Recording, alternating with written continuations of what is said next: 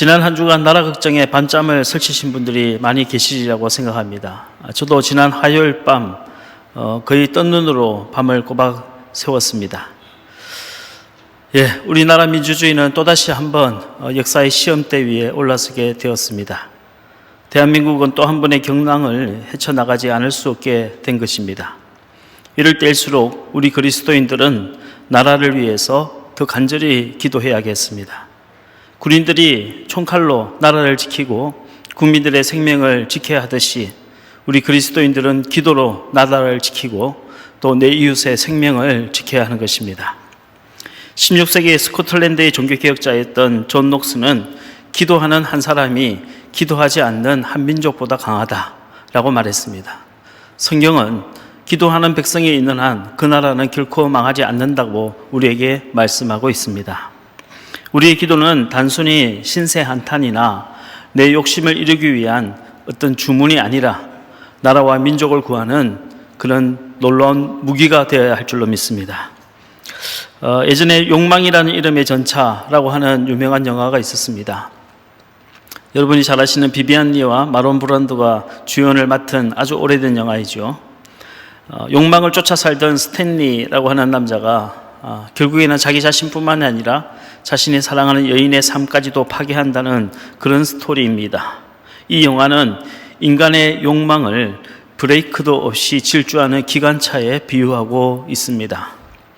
저는 요즘 우리나라 정치인들을 보면 여든 야든 할 것 없이 자꾸만 이 영화가 생각나는 겁니다. 권력이라는 욕망을 향해 브레이크도 없이 질주하는 폭주하는 기관차가 생각난다는 말씀이에요. 권력자들이 법과 상식의 레일을 벗어나 탈선하는 것을 막기 위해서 우리 그리스도인들은 늘 깨어서 기도해야 하겠습니다. 여러분, 나라와 민족을 위해서 더 간절히 기도해 주시기를 부탁드립니다. 무엇보다도 우리 국민들끼리 더 이상 분열되고 나누고 싸우고 분노하지 않도록 기도합시다. 사실 대통령이야 몇 년 하고 물러나면 그만이겠지만 국민들끼리 분열하고 나누어지고 싸우면 그 상처가 오랫동안 여러 수십 년이 지나도 아물지 않는다는 사실을 우리는 지난 역사를 통해서 충분히 배웠습니다. 주님은 말세가 되면 서로가 서로를 미워하고 비방하며 원통함을 풀지 아니하고 서로를 모함하고 사나우며 조급하고 절제하지 못하고 배신하며 분노할 거라고 경고해 주셨습니다. 우리 디모데후서 3장 1절에서 5절까지 말씀을 같이 한번 읽겠습니다. 시작. 너는 이것을 알라. 말세에 고통하는 때가 이르러 사람들이 자기를 사랑하며 돈을 사랑하며 자랑하며 교만하며 비방하며 부모를 거역하며 감사하지 아니하며 거룩하지 아니하며 무정하며 원통함을 풀지 아니하며 모함하며 절제하지 못하며 사나우며 선한 것을 좋아하지 아니하며 배신하며 조급하며 자만하며 쾌락을 사랑하기를 하나님 사랑하는 것보다 더하며 경건의 모양은 있으나 경건의 능력은 부인하니 이 같은 자들에게서 네가 돌아서라. 여러분, 주님께서 이런 말씀을 하신 이유가 뭘까요? 너희는 그런 세태에 물들지 말라고 하신 말씀이지 않겠습니까? 전쟁의 불쏘시개가 아니라 평화의 도구가 되라고 이런 말씀을 하신 것이 아니겠습니까? 여러분, 그래도 화가 나시면 뉴스에 나오는 얼굴 보고 화를 내십시오. 나랑 좀 생각이 다르다고 가족에게 화내지 마시기를 바랍니다. 가까운 친구들에게 또 같은 교인들끼리 분노하지 않기를 주의 이름으로 축복합니다. 저는 누군가에게 몹시 화가 날 때마다 속으로 엎드려보는 시가 한편에 있습니다. 이정록 시인이 쓴 주전자 꼭지처럼이라고 하는 시인데요. 그 시에 이런 구절이 나옵니다. 아무 때나 부르르 뚜껑을 열어 젖힌 채 새싹 위에다 끓는 물 내쏟지 마라. 여러분, 무슨 말인지 이해가 되시죠? 여러분, 맞는 말이라고 함부로 하지 마십시오. 네 생각은 틀렸다고 버럭 화내지 마십시오. 새싹에게 물을 준답시고 끓는 물을 들이부어서야 되겠습니까? 맞는 말을 한답시고 남의 마음에 상처를 주는 말을 함부로 했어야 되겠습니까? 우리 그리스도인들은 언제나 이웃에게 희망적인 메시지를 전해야 합니다. 그것이 하나님의 뜻인 줄로 믿으시길 바랍니다. 제가 다녔던 대학에 동주문학회라고 하는 동아리가 있었어요. 윤동주 시인의 이름을 따서 동주문학회라고 불렀는데 다른 건 아니고 일주일에 한 2번씩 만나서 같이 소설도 읽고 시도 읽고 그리고 끝나면 선배들에게 밥도 얻어먹고 하는 그런 동아리였습니다. 한 번은 이미 오래전에 졸업한 선배가 한 분이 와서 자신이 쓴 시를 낭송해주고 또 후배들에게 책도 여러 권 선물로 주었습니다. 그런데 그 선배가 자신이 쓴 시를 읽는 도중에 어떤 한 구절이 갑자기 제 마음에 잘 박힌 못과 같이 콱 박혔어요. 그리고 지금까지도 여러 수십 년이 흘렀지만 그 구절이 늘 마음속에 떠오르는 겁니다. 이런 구절입니다. 미안하지만 나는 이제 희망을 노래하련다. 여러분, 희망을 노래하는 것이 미안한 일은 아니지 않습니까? 하지만 그 당시 80년대에는 사정이 좀 달랐습니다. 희망보다는 절망을 노래하는 사람들이 훨씬 더 많았고 행복보다는 아픔을 이야기하는 것이 더 솔직하다고 여겨졌던 때였습니다. 그런데 그때 왜 그랬는지 모르겠지만 그 선배가 그 구절을 읽는데 제 마음이 울컥하면서 갑자기 눈물이 쏟아지는 겁니다. 세상을 원망만 하고 나만 힘들다고 투정만 부렸던 제 자신이 너무나 부끄러워졌습니다. 나도 이제는 누군가에게 희망의 말을 전하는 사람이 되어야겠구나 하는 뭔가 거룩한 소명감 같은 것이 제 마음속에 생겨나기 시작했던 겁니다. 여러분, 우리 믿음의 선배들은 어두운 절망의 시간에도 희망의 복음을 늘 전했습니다. 우리도 낙심하고 절망한 사람들에게 예수 그리스도가 우리의 소망임을, 그 복음을 전하시기를 주의 이름으로 축복합니다. 우리도 우리의 자녀들에게, 우리의 다음 세대에게 예수의 사랑이 이 땅에 상처를 치유할 거라고 분명히 전해줍시다. 나에게 그런 확신이 100% 없어서 혹 미안한 마음이 든다 할지라도 그럼에도 불구하고 우리는 그 소망의 복음을 전해야 합니다. 100% 확신하지 못하는 것이 죄가 아니라 아무것도 하지 않는 것이 죄입니다. 저는 지난 한 주간 동안 하나님께 나라를 위해서 기도하지 않았던 죄를 회개했습니다. 주님께서 꼭 저에게 그렇게 나무라시는 것 같은 거예요.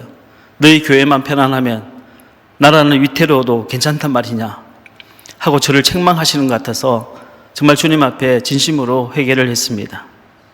목사로서 우리 교회만 위해서 기도하고 우리 교인들을 위해서만 기도했지 나라를 위해서 기도하지 않았던 것 같아서 정말 많은 회개를 했습니다. 여러분, 이제부터라도 우리 나라와 민족을 위해서 더 간절히 기도합시다.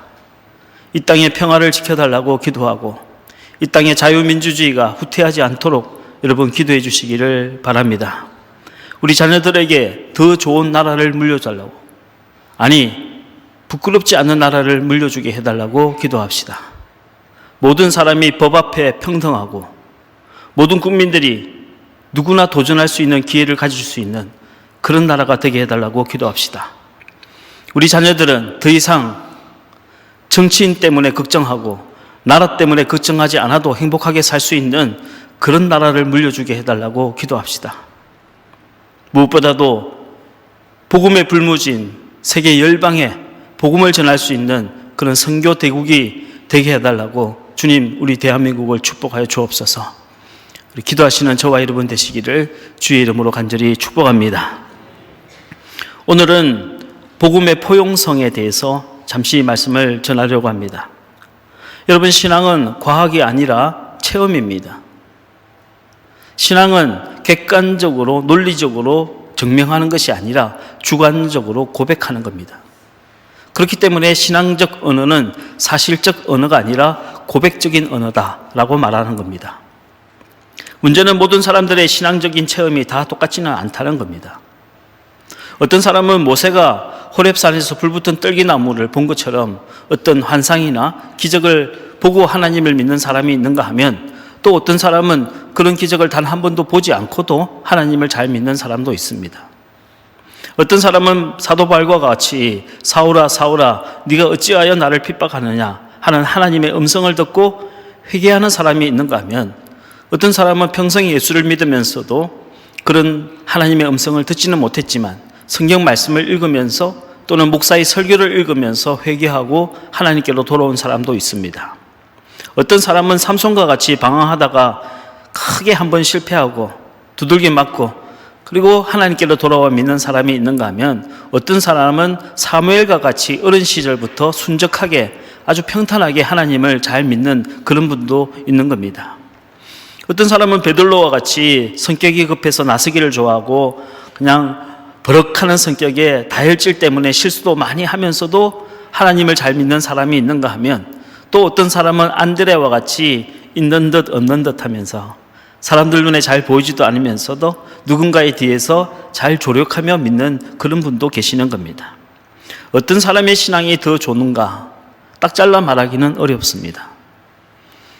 하지만 하나님은 모든 사람에게 제각각 가장 맞는 체험을 주시고 또 다른 신앙적인 고백을 주시는 것입니다. 우리가 신앙생활을 하면서 가져야 될 올바른 태도는 첫째는 하나님은 모든 인간들의 경험의 총합보다 훨씬 더 크다는 사실을 인정하는 겁니다. 우리가 아무리 세계의 모든 사람들이 다 모여서 하나님에 대해서 이야기해도 그건 하나님에 대해서 일부분에 불과하다는 겁니다. 또 하나는 다른 사람의 경험이 나의 경험보다 더 나을 수 있다는 사실을 인정하는 태도입니다. 만약 내가 경험하고 내가 알고 있는 것만이 절대적인 진리이고 다른 사람의 경험과 다른 사람이 알고 있는 것은 틀렸다고 생각하게 되면 우리의 신앙은 영적인 교만에 빠지게 되고 결국은 광신도에 빠지게 됩니다. 여러분, 광신이란 게요, 꼭 믿음 때문에 다니던 직장도 그만두고 가정도 내팽개치고 전 재산을 헌금으로 갖다 바치고 이런 이상한 행동만을 광신으로 말하는 건 아닙니다. 나의 신앙 체험만을 절대화하고 다른 사람의 신앙 체험을 무시하고 배척하는 것이 광신인 겁니다. 우리가 성숙한 그리스도인이 되지 못하고 이렇게 광신에 빠지게 되면 어떤 결과가 일어나게 될까요? 땅끝까지 이르러 내 증인이 되라 하신 주님의 분부를 수행할 수가 없게 되는 겁니다. 왜냐하면 그 어떤 사람도 광신도를 보고 나도 저렇게 한번 믿어봐야겠다, 나도 저 사람이 믿는 하나님을 믿어봐야겠다 이렇게 생각할 수는 없기 때문입니다. 우리가 이렇게 예배를 드리면서 기도하고 말씀을 듣고 하는 목적은 나만 예수님 잘 믿어서 나만 잘 살고 잘 먹자 하는 것이 아니라 나를 통해서 내 가정과 내 이웃에 하나님의 영광을 드러내기 위함인 것입니다. 여러분, 신앙의 목적은 내 영광이 아니라 하나님의 영광입니다. 하지만 내 것만 옳다고 주장하고 다른 사람을 포용하지 못하면 하나님의 영광은 더 이상 드러나지 못하는 것입니다. 예수님은 작은 겨자씨 하나가 땅에 떨어져서 큰 나무가 되기 위해서는 복음이 포용성을 가져야 한다고 말씀해 주었습니다. 다시 말해 공중의 새들이 다 그 나무에 깃들일 수 있어야 하고 모든 종류의 새들이 그 나무에 둥지를 틀 수 있어야 한다는 겁니다. 우리 마태복음 13장 31절에서 32절 말씀을 같이 한번 읽겠습니다. 시작. 또 비유를 들어 이르시되 천국은 마치 사람이 자기 밭에 갖다 심은 겨자씨 한 알 같으니 이는 모든 씨보다 작은 것이로되 자란 후에는 풀보다 커서 나무가 되매 공중의 새들이 와서 그 가지에 깃들으리라. 포용이란 한마디로 나와 다른 사람을 받아주는 넉넉한 마음을 뜻하는 겁니다. 솔직히 말씀드려서 우리나라는 내 편, 네 편을 나누는 끼리끼리 문화에 아주 익숙합니다. 나와 다른 사람을 보면 괜히 미워하고 혐오합니다. 다른 사람이 들어오면, 새로운 사람이 우리가 속한 공동체에 들어오면 어떻게든 내 방식대로 그 사람을 길들여 보려고 합니다. 내 생각과 다르면 서로 토론할 생각은 하지 않고 아예 그 사람하고 이야기를 안 하려고 그래요. 그리고 속으로 계속 욕하고 미워하는 겁니다. 한마디로 관용과 포용이 부족한 사회인 겁니다. 하지만 하나님 나라가 확장되기 위해서는 그리스도인들이 반드시 가져야 할 덕목이 있다면 그것은 tolerance, 관용입니다. 하나님 나라는 나와 다른 생각, 나와 다른 은사, 나와 다른 체험을 가진 사람들을 받아주는 그 관용과 포용을 통해서 확장되어 온 것입니다. 만약 1세기 초대교회 사도들이 이방인을 받아주지 않았더라면 어떻게 되었을까요? 기독교는 갈릴리에서 발생했다가 유대교의 한 종파로 머물고 말았을 겁니다. 만약 백인 선교사들이 아시아와 아프리카에 복음을 전하면서 그 나라 그 민족의 고유한 민족의 문화를 무시하고 그 사람들이 부르는 찬양이나 노래를 무시하고 받아주지 않았더라면 어떻게 됐을까요? 그들이 불렀던 블루스나 재즈나 레게 음악이나 그들의 민요를 찬송가로 받아주지 않았더라면 기독교는 어쩌면 백인들의 종교로 국한되지 않았을지도 모르는 겁니다. 이처럼 포양이란 겨자씨 한 알이 땅에 떨어져서 큰 나무가 되어서 많은 새들이 그 나무에 깃들이는 것처럼, 또는 여자가 반죽을 한 서말 그 반죽에 누룩을 넣었더니 크게 부풀어져서 수많은 사람이 배를 부르는 것처럼, 그렇게 복음의 불무지에 하나님의 복음이 들어갔을 때 그 관용성과 포용성 때문에 하나님의 영광이 크게 확장되는 것입니다. 오늘 본문인 누가복음 9장 49절의 말씀을 같이 한번 읽어보도록 하겠습니다. 시작. 요한이 여짜오되 주여 어떤 사람이 주의 이름으로 귀신을 내쫓는 것을 우리가 보고 우리가 함께 따르지 아니하므로 금하였나이다.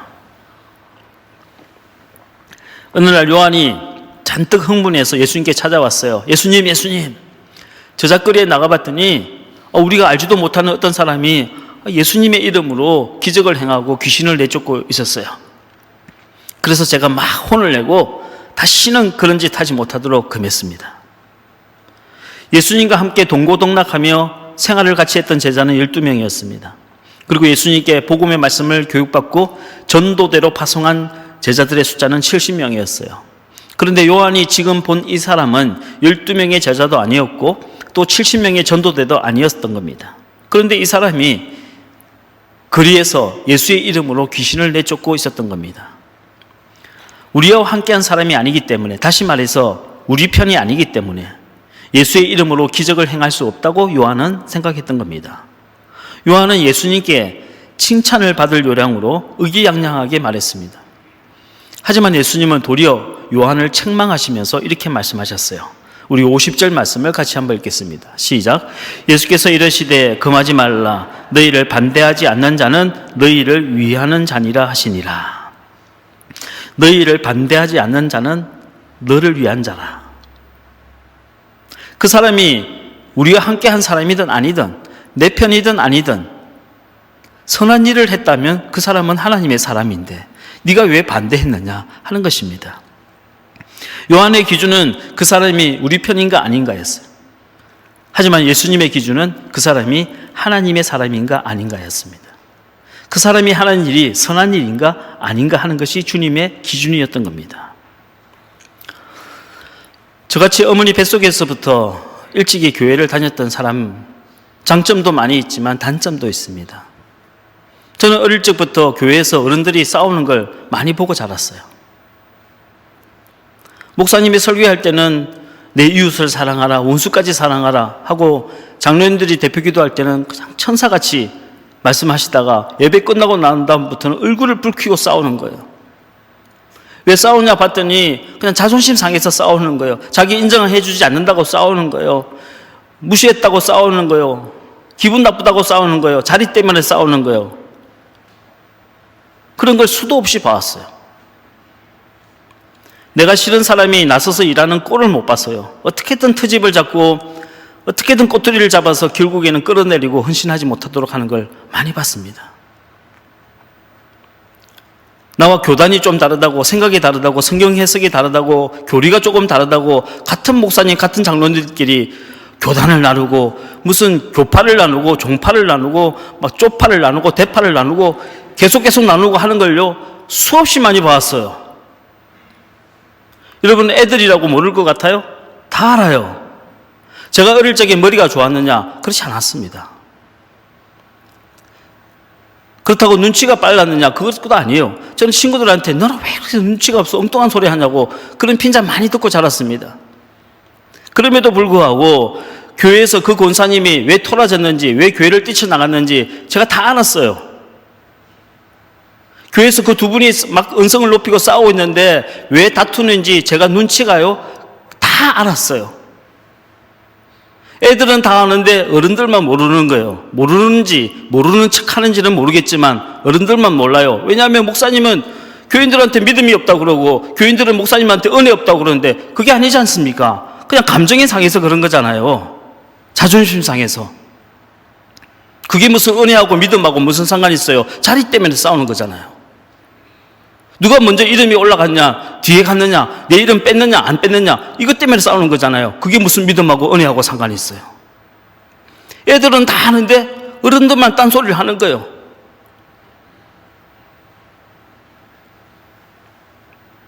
그래서 제 꿈은 큰 교회가 아니라 행복한 교회입니다. 우리 교회를 오래 다니신 분들은 다 아시겠지만 교인들이 능력 많고 헌금 많이 하고 이런 교인들이 아니라 봉숭아 꽃잎에 새끼손가락이 물들듯 예수님의 사랑에 물든 제자들이 우리의 꿈인 겁니다.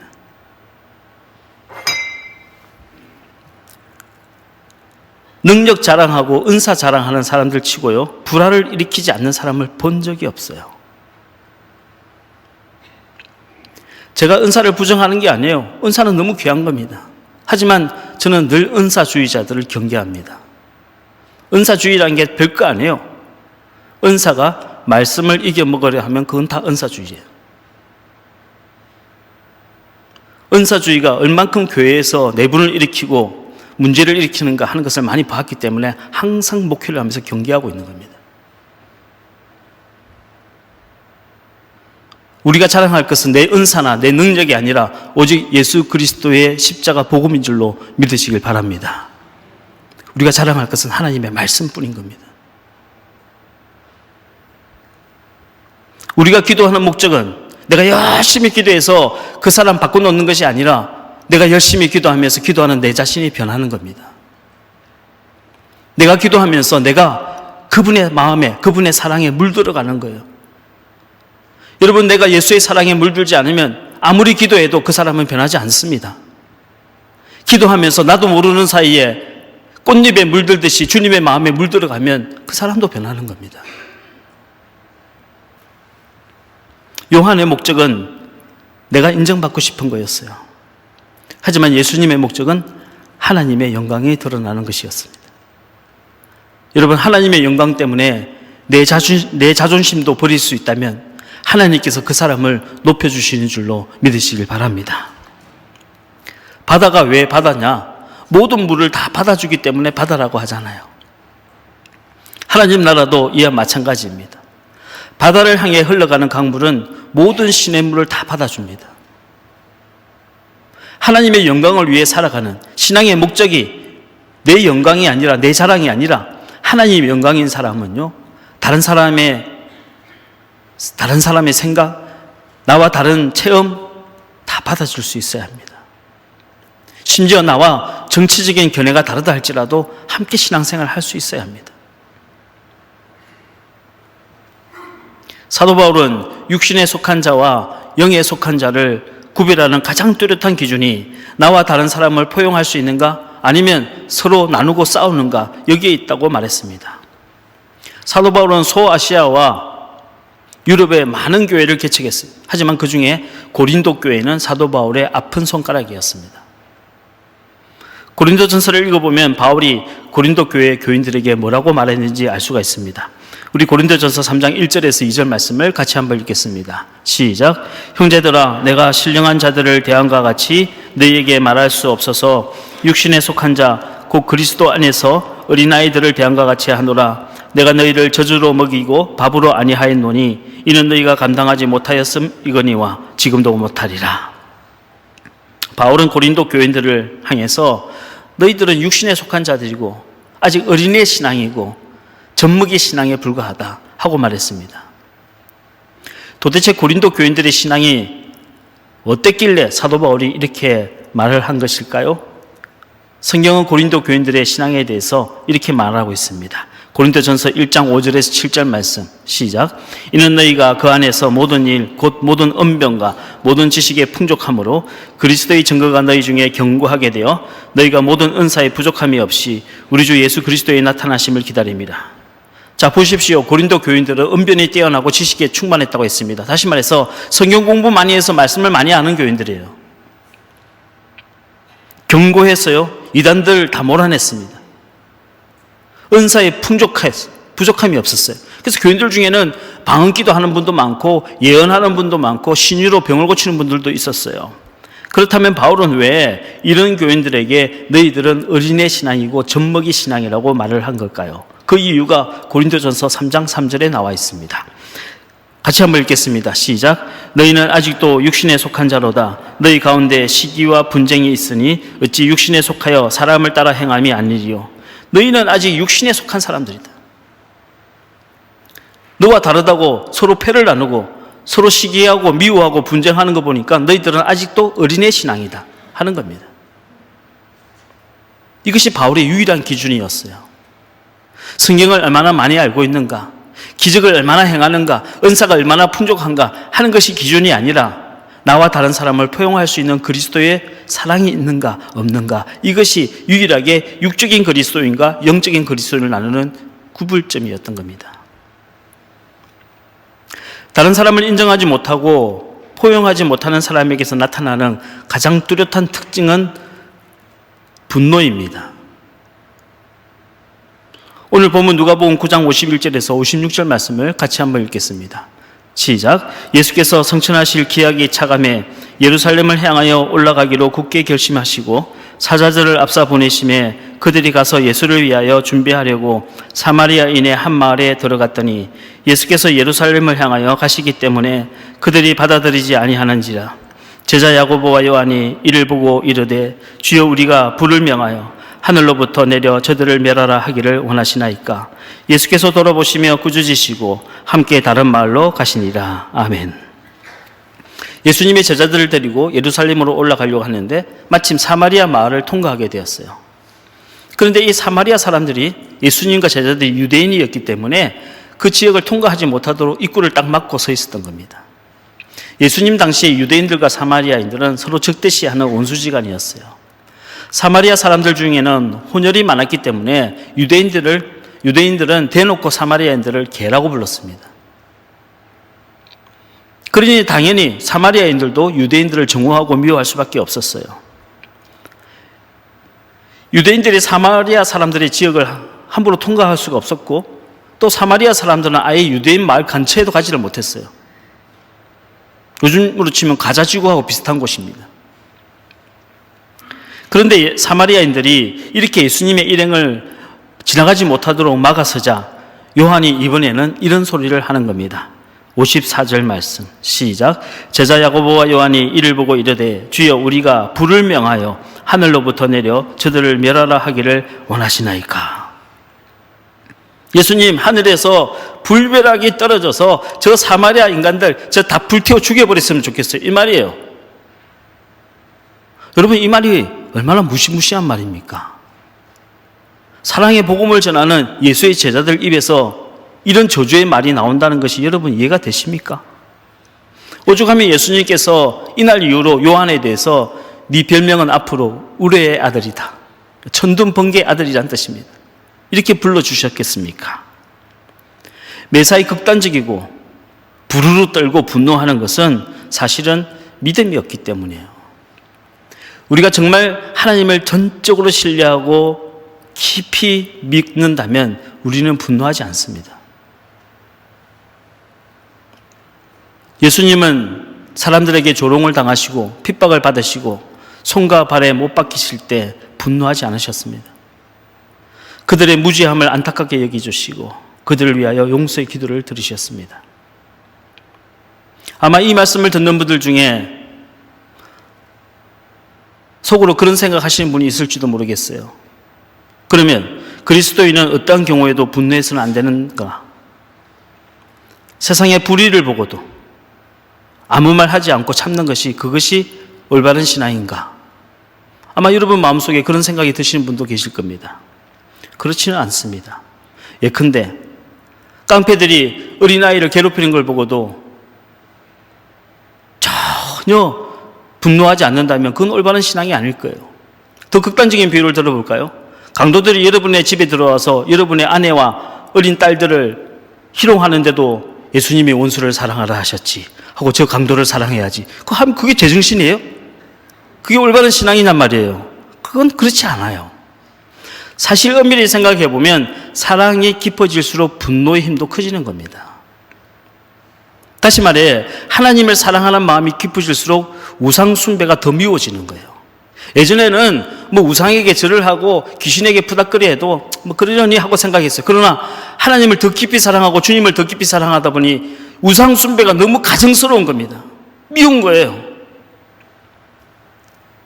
예전에 하나님 말씀이 깊이 내 마음에 다가오지 않을 때는 세상의 불의를 봐도 세상이 다 그렇지 하고 생각됐지만, 지금은 불의한 권력자들이 백성들을 괴롭히는 걸 보면 분노하게 되는 겁니다.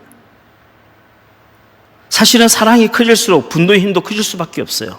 하지만 여러분 꼭 기억하십시오. 분노에는 두 가지 종류가 있어요. 하나는 거룩한 분노이고 또 하나는 육적인 분노입니다. 거룩한 분노는 하나님의 영광을 위한 분노이고, 육적인 분노는 내 욕심을 채우기 위한 분노입니다. 거룩한 분노는 다른 사람을 위한 희생적인 분노이나, 육적인 분노는 내 감정을 풀기 위한 분노입니다. 거룩한 분노는 내 이웃의 영혼을 살리기 위한 분노이지만, 육적인 분노는 다른 사람의 영혼을 죽이는 분노입니다. 우리의 문제가 무엇입니까? 거룩한 분노는 없고 이제 육적인 분노만 남아있다는 겁니다. 하나님을 대적하는 권력자들 앞에서는 비겁하게 침묵하면서 사사로운 문제 때문에 내 가족에게 버럭 화를 내고 내 자식들에게 화를 내는 겁니다. 같은 교인들끼리 분노하는 거예요. 거룩한 분노는 사라지고 육적인 분노만 팔팔하게 살아있는 겁니다. 여러분 한번 잘 생각해 보십시오. 부부싸움 하려고 결혼한 건 아니잖아요.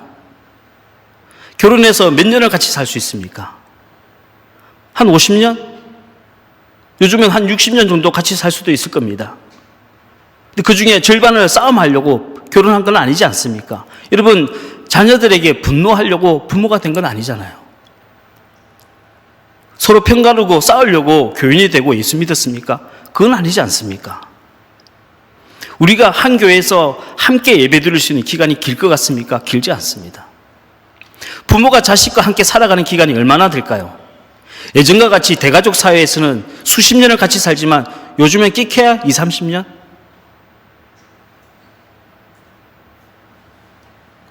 그 아까운 시간을 서로 화내고 분노한다면 도대체 우리가 같이 사는 이유가 무엇일까요?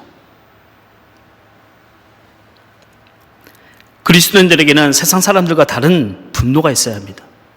세상 사람들은 육적인 분노를 내지만 우리는 거룩한 분노를 가질 수 있어야 합니다. 우상 숭배하고 하나님을 대적하는 사람들, 그런 자들에 대해서 거룩한 분노심을 가져야 합니다. 그러나 누군가 나에 대해서 잘못을 지적하고 누군가 나를 비방하면 저 사람이 나에 대해서 참 많이 알고 있구나, 이렇게 생각하실 수 있어야 돼요. 거룩한 분노는 불의에 대해서는 용기 있게 맞서지만 분노의 감정에 사로잡혀 살지는 않습니다. 다시 말해 유능한 대장장이가 불을 잘 사용하지만 그 불에 데이지 않는 것과 똑같은 겁니다. 여러분, 분노의 불이 여러분의 영혼에 화상을 입히지 아니하도록 여러분의 마음을 잘 다스리시기를 주의 이름으로 축원합니다. 저는 오랫동안 목회를 하면서 느끼는 게 있어요. 사람이 나이를 먹는다고 성숙해지는 것은 아닙니다.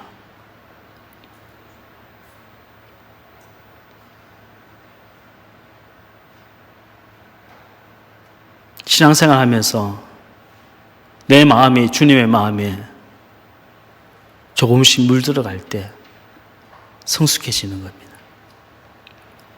그 주님의 마음으로 다른 사람을 바라보고 용납하고 포용하고 용서할 때 비로소 우리는 성숙한 그리스도인이 되는 겁니다. 세상에 많이 어수선합니다. 어찌 보면 끝난 것이 아니라 이제부터 시작일 수도 있습니다. 이 혼란한 세상 가운데서 여러분 믿음을 잘 지켜나가시기를 주의 이름으로 축원합니다. 우리는 세상의 정치 평론가들을 그 이야기를 듣고 사는 사람이 아니라 복음을 듣고 말씀을 듣고 살아가는 성도들입니다. 그러니 하나님의 말씀대로 살아가시기를 주의 이름으로 축원드립니다. 믿음의 주여 온전케 하신 예수를 바라봅시다. 그분이 무엇을 원하시는지 그분의 마음으로 세상을 바라보시고 그분의 눈길로 내 주변의 사람들을 다시 한번 쳐다보시고 그분의 음성으로 내 주변의 사람들에게 소망의 복음을 전할 수 있는 저와 여러분 되시기를 주의 이름으로 축원드립니다.